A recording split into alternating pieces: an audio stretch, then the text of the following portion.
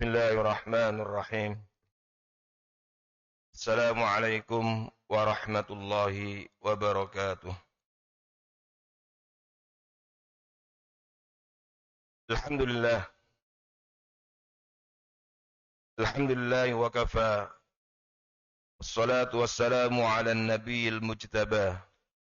Sayyidina Muhammad ibn Abdullah al-Mustafa wa ala alihi wa ashabihi ahli sidqi wal wafa. Ma ba'd. Faqala ta'ala fi kitabil karim. A'udhu billahi minasyaitonir rajim. وَإِنْ جَاهَدَاكَ عَلَىٰ أَنْ تُشْرِكَ بِي مَا لَيْسَ لَكَ بِهِ عِلْمٌ فَلَا تُطِعْهُمَا وَصَاحِبْهُمَا فِي الدُّنْيَا مَعْرُوفًا. Shadaqallahul azim. Ma'asyiral muslimin wal muslimat, Bapak Ibu saudara sekalian, yang semoga kita semuanya senantiasa dirahmati Allah Subhanahu wa taala. Alhamdulillah, di bulan yang mulia ini, di bulan Rajab min asyuril hurum, termasuk di antara bulan-bulan yang mulia, Allah Subhanahu wa taala mudahkan kita untuk mengisinya dengan ibadah kepada Allah Subhanahu wa taala. Semoga kemuliaan bulan ini memancarkan pengaruh yang positif bagi kemuliaan kehidupan rumah tangga kita, kemuliaan dan kebaikan kehidupan umat, dan kemuliaan dan kebaikan kehidupan bangsa dan negara kita. Amin ya rabbal alamin. Kajian kitab hadis Al-Adab Al-Mufrad karya Al-Imam Al-Bukhari kali ini memasuki bab yang ke-13.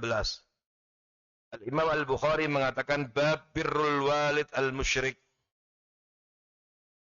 yaitu berbakti kepada kedua orang tua yang musyrik. Karena boleh jadi dalam kehidupan keluarga ada di antara keluarganya yang non-muslim. Islam telah mengatur itu. Mari kita lihat bagaimana san atau hadis yang berkaitan dengan ini. Imam Bukhari meriwayatkan dari gurunya Muhammad bin Yusuf. Ia berkata, Israel mengabarkan kepada kami. Ia berkata, Simak mengabarkan kepada kami, an Mus'ab ibnu Sa'ad, an abihi, an Sa'ad ibni Abi Waqqas, radhiyallahu anhu. Hadis ini bersumber dari sahabat Sa'ad ibnu Abi Waqqas, radhiyallahu anhu.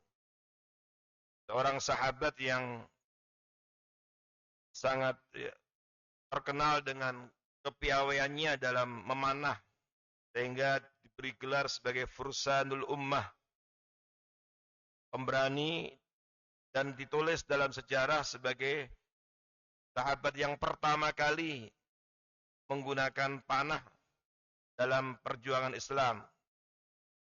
Sa'ad ibn Abi Waqqas ini adalah juga sahabat yang punya andil besar dalam penundukan Irak dan menghantarkan kepada futuhat Islamiyah, kemenangan-kemenangan Islam di berbagai macam negeri, bahkan konon sampai ke daerah Persia. Dan beliau adalah salah seorang al-mubasysyirin bil jannah. Salah seorang sahabat yang mendapatkan jaminan masuk surga. Kita tahu ada hadis sahih menyebutkan, Nabi menyebutkan 10 orang sahabat yang mendapatkan jaminan masuk surga. Yang pertama adalah Abu Bakar As-Siddiq radhiyallahu an, Umar bin Khattab, Utsman bin Affan, Ali bin Abi Thalib, Zubair ibn al-Awwam, Talha ibn Ubaidillah, Abdurrahman ibn Auf, Sa'id ibn Zaid, Sa'ad ibn Abi Waqqas. Lalu ada Abu Ubaidah ibn al-Jarrah. Hadisnya sahih. Dalam hadis itu Nabi menyebutkan bahwa mereka-mereka ini nantinya akan dimasukkan ke dalam surga Allah Subhanahu wa taala. Sa'ad ibn Abi Waqqas juga tercatat menjadi salah seorang yang awal-awal masuk Islam. Ada yang menyebutkan 3 orang pertama dari laki-laki yang masuk Islam. Ada lagi yang menyebutkan 7 orang pertama dari kaum laki-laki yang pertama masuk Islam. Berarti beliau minas sabiqin al-awwalin. Jasanya besar. yang mendakwahi beliau melakukan pendekatan, menawarkan Islam adalah sahabat Abu Bakar As-Siddiq.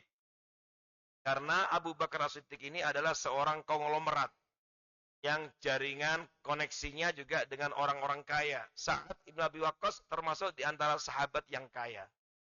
Maka tentu obrolan-obrolan nyambung dan kemudian Abu Bakar mendekati beliau dan akhirnya diajak untuk masuk Islam dan meresponnya dan akhirnya tercatat sebagai sahabat yang awal-awal masuk Islam.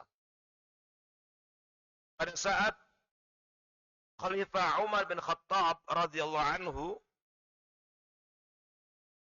tusuk dan menjelang wafat beliau sebagai khalifah yang ketiga, pada saat itu Umar bin Khattab radhiyallahu anhu menunjuk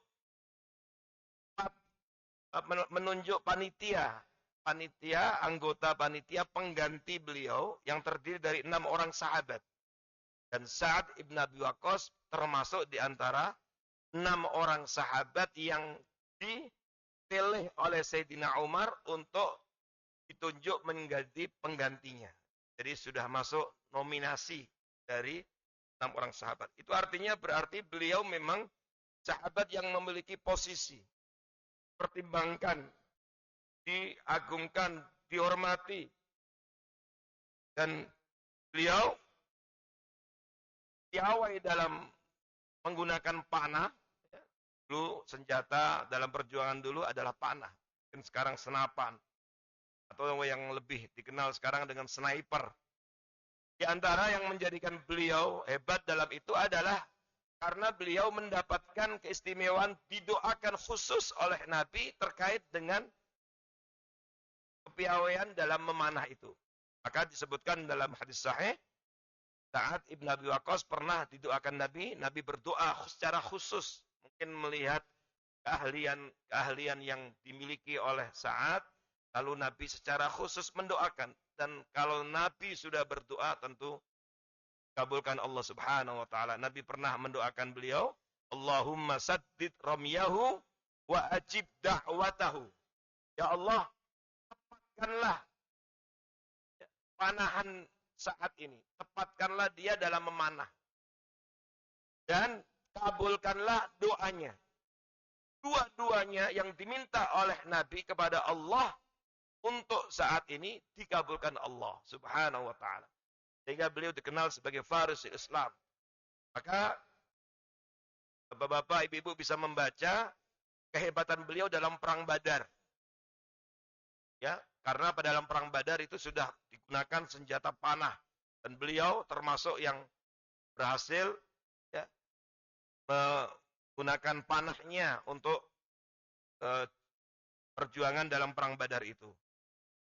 Dan termasuk yang menyelamatkan dalam beberapa peperangan beliau ada di ring 1 mengawal Rasulullah SAW. Dan salah satu cara untuk mengawal Nabi dari serangan musuhnya adalah taruh di situ pada ring 1 itu para pemanah jitu. Sekarang sniper atau pembunuh atau penembak jitu dan seterusnya. Nah, Sa'ad ibn Abi Waqqas termasuk ada di ring 1 itu.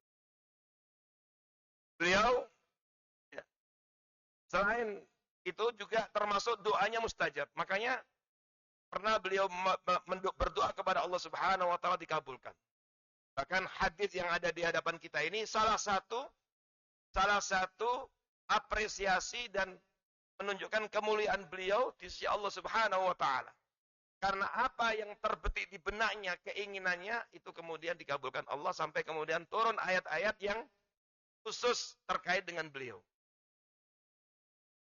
Selain pejuang, pendakwah, beliau juga pedagang, pebisnis yang ulung sehingga kaya raya. Beliau juga termasuk di antara deretan sahabat yang meriwayatkan hadis sehingga tercatat ada sekitar 270 hadis yang diriwayatkan oleh Sa'ad ibn Abi Waqqas dan beliau wafat pada masa Khalifah Muawiyah. Jadi cukup panjang umurnya. Wafat tahun 55 Hijriah, dikuburkan di kota Madinah Al-Munawwarah. Apa yang disampaikan Sa'ad ibn Abi Waqqas mengatakan, nazalat fiyya arba'u ayatin min kitabillahi ta'ala. Telah turun kepadaku 4 ayat dari kitab Allah, dari Al-Quran. Nah ini. Jadi ayat-ayat Allah turun tentang beliau. Apa? Pertama, kanat ummi halafat alla ta'kula wa la tashraba hatta ufariqa Muhammadan sallallahu alaihi wasallam. Yang pertama adalah dahulu ibuku ketika mengetahui saat masuk Islam, beliau masuk Islam dalam usia 17, ada yang mengatakan 17 tahun, masih muda. Ya. Pada saat itu begitu tahu saat masuk Islam, ibunya langsung mengancam. Mengancam untuk mogok makan. Saat kalau kamu terus seperti ini, mengikuti agama Muhammad, maka ibu akan boikot. Ya. Makan, nggak mau makan, kemudian nggak mau minum. Sampai kamu tinggalkan Muhammad. Sampai kamu tinggalkan Muhammad. Maksudnya apa? Kembali kepada agama nenek moyang. Itu ancaman dari ibunya. Dan kita tahu bagaimana kedudukan seorang ibu. Tapi apa yang terjadi? Apakah kemudian beliau respon? Karena beliau mengimani ini adalah sebuah kebenaran. Dan beliau telah menetapkan hatinya, pilihannya untuk mengikuti agama Muhammad SAW, maka beliau sama sekali tidak mengikuti instruksi dan ancaman dari ibunya. Makanya setelah itu apa? Allah Subhanahu wa taala turunkan ayat yang tadi saya baca di muqaddimah, ayat yang ada dalam surat Luqman itu. Yaitu Allah Subhanahu wa taala berfirman, "Wa in jahadaka 'ala an tusyrika bi ma laysa laka bihi 'ilm, fala tuti'huma." Yang artinya, jika ada seseorang memiliki kedua orang tua, ayah dan bunda, lalu ayah dan bundanya, kedua orang tuanya memaksa engkau untuk syirik kepadaku, kata Allah, sesuatu yang tidak ada dasarnya, tidak ada ilmunya, Allah Subhanahu wa taala perintahkan pada tuti'huma. Allah melarang untuk mentaati kedua orang tua. Meskipun kedudukan kedua orang tua itu luar biasa dalam kehidupan seorang, tetapi kalau sudah sampai pada tingkat perintah untuk syirik, maksiat kepada Allah, menyekutukan Allah dengan yang lainnya, maka Allah Subhanahu wa taala melarang keras. Makanya ada riwayat yang lain selain yang ada dalam kitab ini. Saat itu saat sampai mengatakan, "Ya ummi, wahai ibuku, kalau seandainya engkau diberikan sekian banyak nyawa oleh Allah, agar aku murtad, agar aku syirik, itu tidak akan aku pernah lakukan. Seandainya engkau dikasih nyawa lalu mati, kasih nyawa lagi, tidak pernah aku akan lakukan." Itu kuatnya iman Sa'ad ibn Abi Waqqas. Jadi Allah Subhanahu wa taala melarang untuk mentaatinya. Tetapi Bapak Ibu saudara sekalian, bagaimana tauhid Allah? Apakah ketika orang tua menyuruh seseorang atau anaknya untuk maksiat kepada Allah, untuk menyekutukan Allah dengan yang lainnya, lalu kemudian sebagai seorang anak menghinakan kedua orang tuanya? Apakah kemudian ngata-ngatain dengan ucapan-ucapan yang menyakitkan hatinya? Allah tidak perintahkan itu. Allah larang untuk mengikuti hal yang berbau syirik tadi, tetapi Allah Subhanahu wa taala tetap perintahkan wasahibuhuma fid dunya ma'rufa. Tapi tetap perlakukan kedua orang tua itu di dunia ini dengan baik. Jadi artinya apa? Tidak taat kepada kedua orang tua karena diperintah maksiat atau menyekutukan Allah, syirik atau yang lainnya, itu tidak menghilangkan untuk tetap berbuat baik kepada kedua orang tua. Mohon maaf, kadang-kadang urusan yang seperti ini tidak bisa membedakan. Pokoknya kalau sudah nggak setuju dengan orang tuanya, udah. Karena naudzubillah ada yang kemudian memutus hubungan. Ada yang kemudian olok-olok membuli, apalagi sekarang ada medsos. Kemudian curhatnya itu kepada dunia melalui medsos. Mengungkapkan dengan ungkapan-ungkapan dan membuli atau ucapan-ucapan yang tidak patut dan kepada orang tuanya. Sama sekali Islam tidak pernah mengajarkan itu. Bahwa ayat ini berbicara tentang Sa'ad bin Abi Waqqas dan berhubungan dengan mengajak kepada syirik, tidak berarti hanya terbatas pada syirik. Boleh jadi dalam kehidupan rumah tangga, mungkin ada orang yang orang tuanya muslim. Ayah bundanya muslim, ibundanya muslimah. Tapi kemudian karena satu dan lain hal, mungkin memaksa anaknya untuk berbuat maksiat. Suruh korupsi, suruh bohong, suruh berbuat zalim. Nah, dalam konteks ini sama. Kita tidak boleh mentaatinya kalau sudah jelas itu adalah perintah yang melanggar aturan Allah. Makanya di dalam hadis yang lain Nabi memberikan panduan, la ta'ata li makhluqin fi ma'siyatil khaliq. Kaidahnya tidak boleh taat kepada seorang makhluk, termasuk orang tua sekalipun, selama itu untuk maksiat kepada al-khaliq. Tapi itu tidak kemudian menjadikan anak harus putus hubungan dengan orang tuanya. Wa sahibuhuma fid dunya ma'rufah. Allah tidak perintahkan gara-gara ngajak kepada maksiat, gara-gara ngajak kepada syirik lalu kau marah-marahin dia, tidak. Kau cemooh dia, tidak. Kau jelek-jelekan dia, tidak. Engkau hinakan kedua orang tuamu, tidak. Tetap wa sahibuhuma fid dunya ma'rufah. Dan inilah yang dipraktekkan oleh Sa'ad bin Abi Waqqas terhadap ibunya. Tetap dilayani, tetap dihormati, kebutuhannya dicukupi, keinginannya dicukupi, dibahagiakan orang tuanya. Itu yang harus terjadi. Nah karenanya ini dalam kondisi ya, yang seperti ini tidak menghilangkan ihsan. Wabil walidin ihsana itu tidak menghilangkan. Tidak menghilangkan birrul walidin. Untuk urusan-urusan di dunia. Maka hadis ini yang bersumber dari Sa'ad ini yang menceritakan tentang kehidupannya yang merupakan berarti hadis mauquf, maka ini menunjukkan keutamaan Sa'ad bin Waqqas. Bayangkan sampai turun 4 ayat tentang dia. Yang itu terus berlaku dan dibaca sampai hari kiamat. Inilah posisi dan kedudukan Sa'ad bin Abi Waqqas yang luar biasa. Yang kedua, watsaniyah. Nah, hadis ini diambil oleh Imam Bukhari untuk mempertegas penjelasan tentang bab tadi. Bahwa dalam kehidupan manusia terkadang hidup tengah keluarga itu ada yang mungkin berlainan keyakinan, berlainan agama.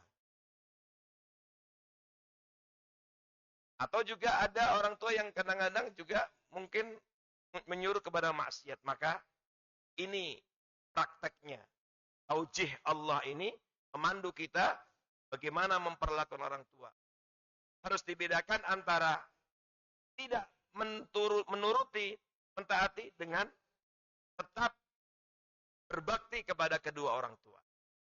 Naha wa amara. Jadi di satu ayat berisi naha, Allah melarang untuk mentaati, tapi Allah tetap memerintahkan birrul walidain dan berbuat baik kepada kedua orang tua. Watsaniyah. Yang kedua. Apa yang kedua? Anni kuntu akhadtu sayfan a'jabani. Saat cerita. Yang kedua, aku pernah mengambil pedang yang mengagumkanku. Jadi kan ada harta rampasan perang. Para ulama hadis mengatakan akhadtu di sini bukan berarti mengambil tanpa pengetahuan. Kayak mencuri atau menyembunyikan, tidak. Maksudnya dia pingin lihat ada pedang cakep, bagus, dia kagum, pingin dia. Maka dia pegang. Ya. Karena ada larangan keras, semuanya itu harus dibagi. Makanya ada ayat dalam surat Al-Anfal itu bagaimana pembagian tentang harta rampasan perang. Tidak ada jelasannya. Bisa dibuka ayatnya. Berapa pembagiannya itu sudah ada. Nah, saat pernah kayak pingin dengan pedang itu. Fakultu, maka aku mendekat kepada Rasulullah SAW, lalu aku mohon kepada Nabi, ya Rasulullah, habli, ya Rasulullah, kayaknya pingin sekali ini pedang, bagus. Tolong nanti kasih ke saya. Jadi saat memohon kepada Nabi.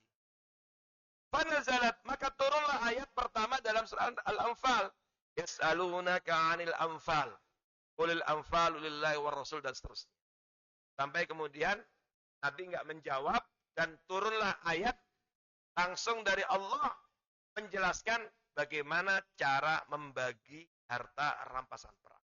Bahkan sebagian ulama mengatakan Al-Anfal itu adalah sisa dari harta rampasan perang.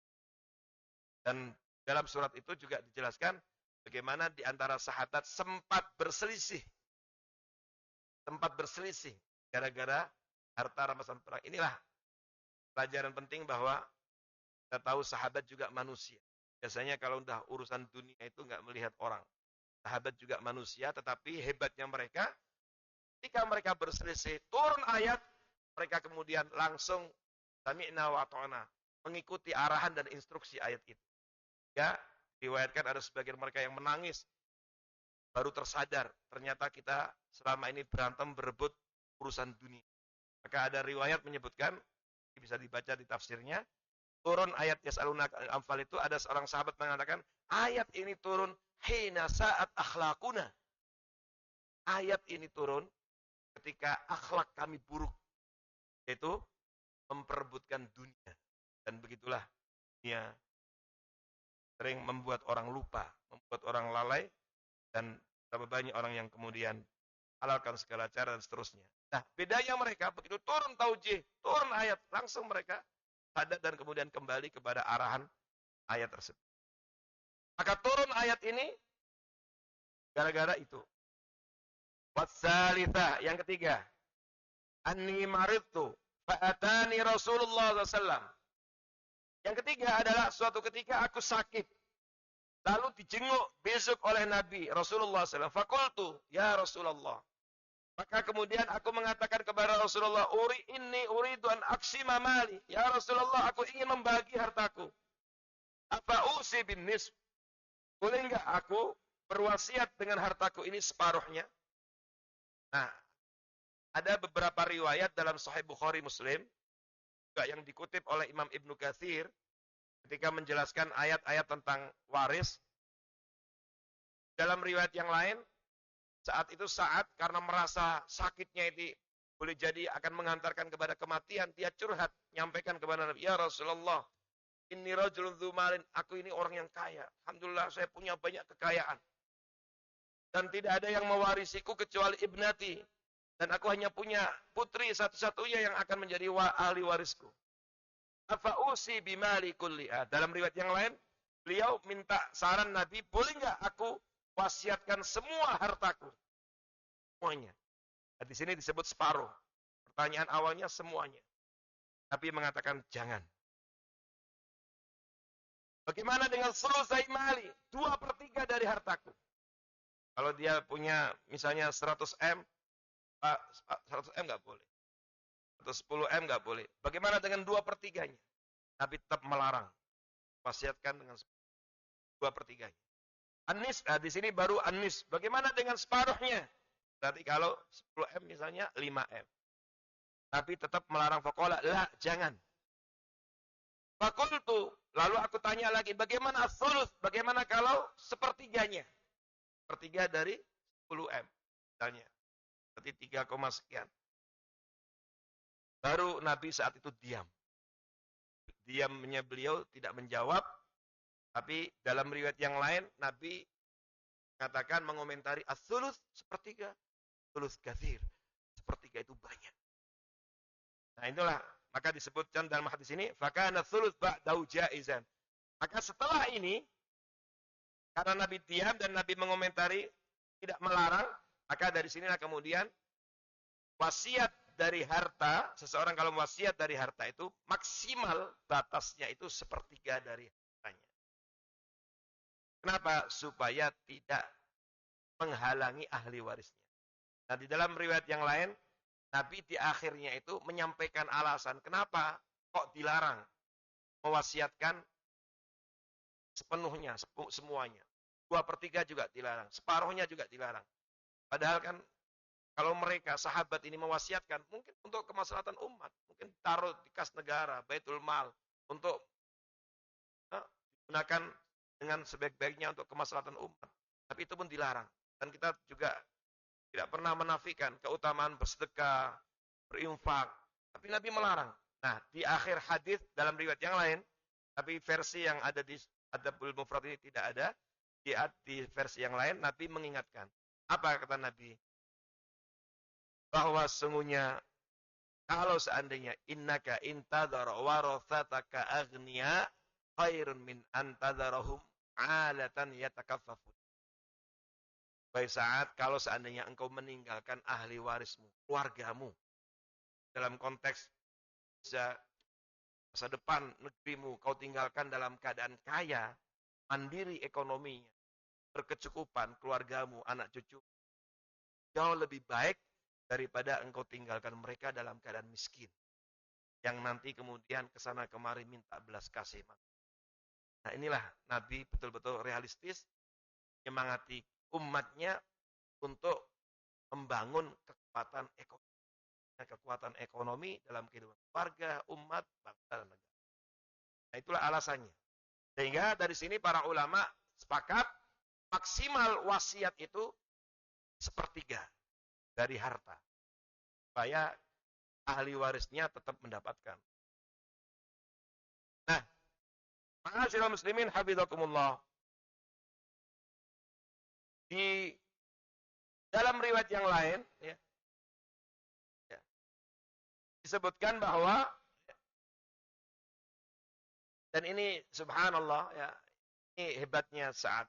Waktu itu Sa'ad merasa sakitnya ini hampir mengantarkan kematian. Tapi akhirnya kita baca dalam sejarah, Allah Subhanahu wa taala akhirnya sembuhkan dan kemudian beliau diberikan panjang umur.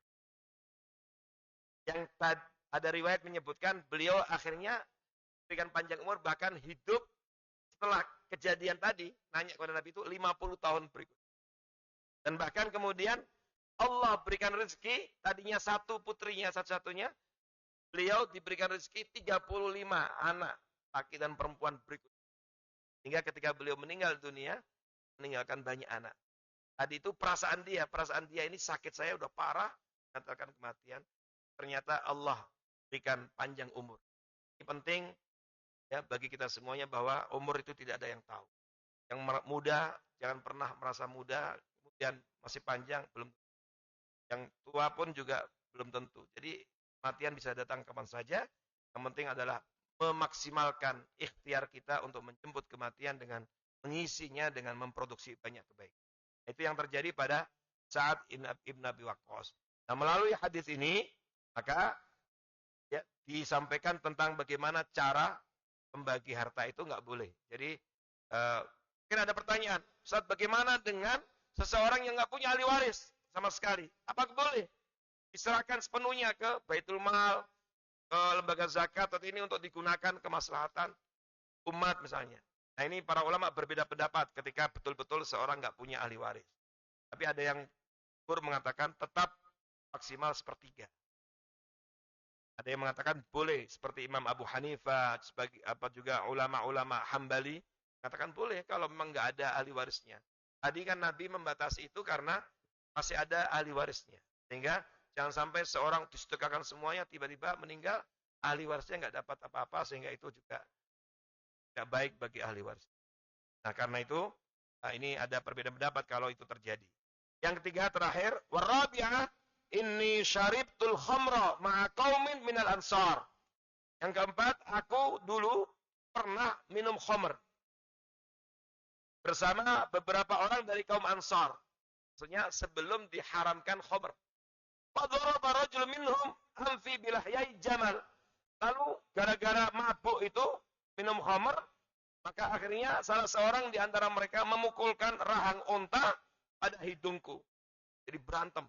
Maklum, Orang minum khamar mabuk, akalnya hilang, akhirnya berantem. Fa'ataitun Nabi sallallahu alaihi wasallam, lalu aku mendatangi Nabi, fa'anzala azza wa jalla tahrimal khamar. Lalu dari situ kemudian Allah turunkan ayat yang mengharamkan khamar, yaitu innamal khamru wal maisiru wal ansab dalam surah Al-Maidah ayat 90 itu. Inilah hebatnya Sa'ad bin Waqqas, dan inilah Islam yang yang menghormati ya, pentingnya akal dalam kehidupan seorang, sehingga sampai sekarang dan seterusnya diharamkan khamr itu karena khamr itu bisa ya, memabukkan dan menghilangkan akal. Maka oleh sebagian ulama khamr itu disebut ummul khaba'ith, ibunya beragam kejahatan. Karena dari khamr itu seorang hilang akalnya, bisa melakukan berbagai macam kejahatan, membunuh, dan zina dan seterusnya. Inilah Bapak Ibu saudara sekalian, hadis yang memberikan arahan kepada kita dalam kondisi ketika seorang di keluarganya masih memiliki ayah bunda yang non muslim, lalu memaksa untuk syirik, atau juga maksa seorang untuk maksiat, seorang tidak boleh mentaati kedua orang tuanya itu, tetapi itu tidak menghilangkan tetap terus berbakti dan berbuat baik pada kedua orang tuanya. Semoga Allah Subhanahu wa taala anugerahkan kita semuanya menjadi orang anak-anak yang saleh dan salihah. Semoga orang tua kita semuanya yang sudah meninggal dunia, semoga Allah ampuni dosa-dosanya, dan yang masih hidup semoga Allah panjangkan umurnya dalam ketaatan kepadanya. Qul qouli hadza astaghfirullah wa lakum. Kita akhiri dengan baca doa kafaratul majlis. Subhanakallahumma bihamdika asyhadu an la ilaha illa anta astaghfiruka wa atubu ilaik. Assalamualaikum warahmatullahi